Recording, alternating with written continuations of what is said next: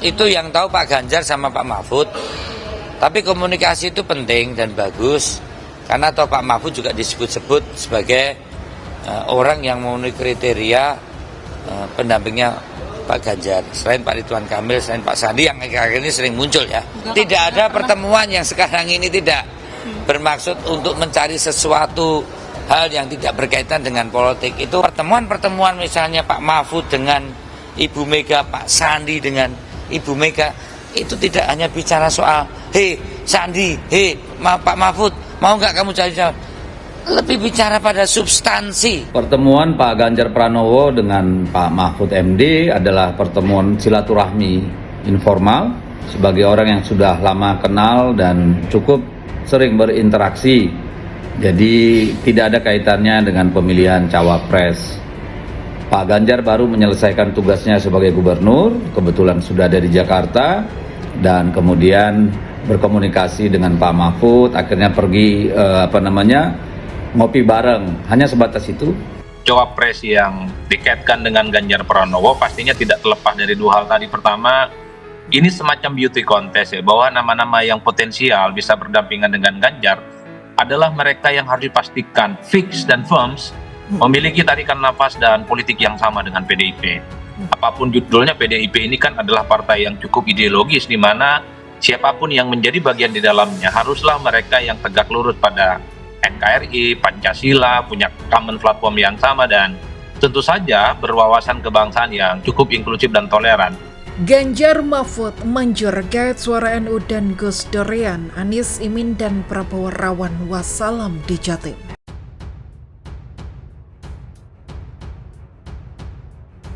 Jawa Timur menjadi salah satu medan Pilpres 2024 paling menjadi perhatian tiga kubu koalisi yang ada saat ini.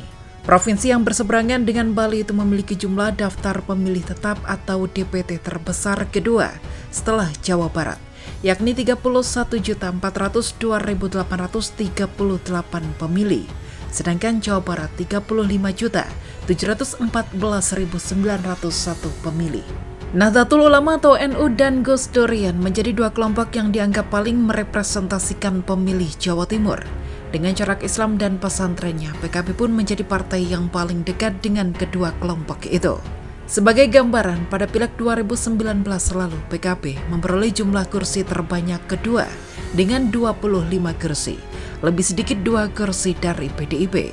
Sedangkan tiga partai di bawahnya adalah Gerindra dengan 15 kursi, Demokrat dengan 14 kursi, dan Golkar 13 kursi. Terkini, survei Litbang Kompas yang dipublikasikan 21 Agustus menunjukkan PKB menjadi partai dengan elektabilitas cukup tinggi di kalangan NU. PKB mengantongi 10,2% suara NU secara nasional, namun bukan yang terbesar. Suara NU terbesar ada di PDIP dengan 22,9%. Dan PKB 19,9%. Pemilih kalangan NU sendiri banyak tersebar di Jawa Timur. Di kalangan responden NU di Jatim, suara PKB lebih besar lagi, yakni 18,6%.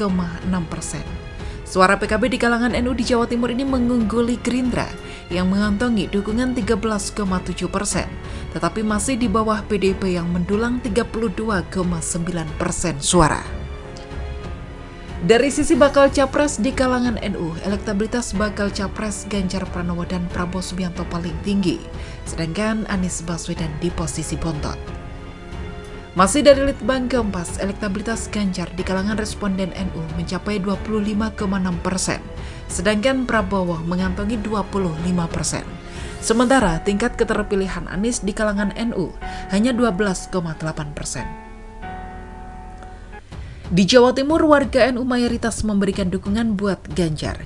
Sebanyak 37,1% responden NU di Jawa Timur mengaku bakal memilih Ganjar pada Pilpres 2024. Lalu 20,8% memilih Prabowo.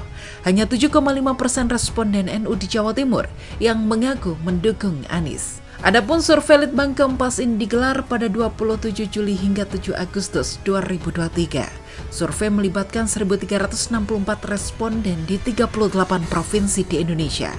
Dengan metode wawancara tatap muka, survei mencatatkan margin of error sebesar kurang lebih 2,65%. Survei sepenuhnya dibiayai oleh Harian Kompas.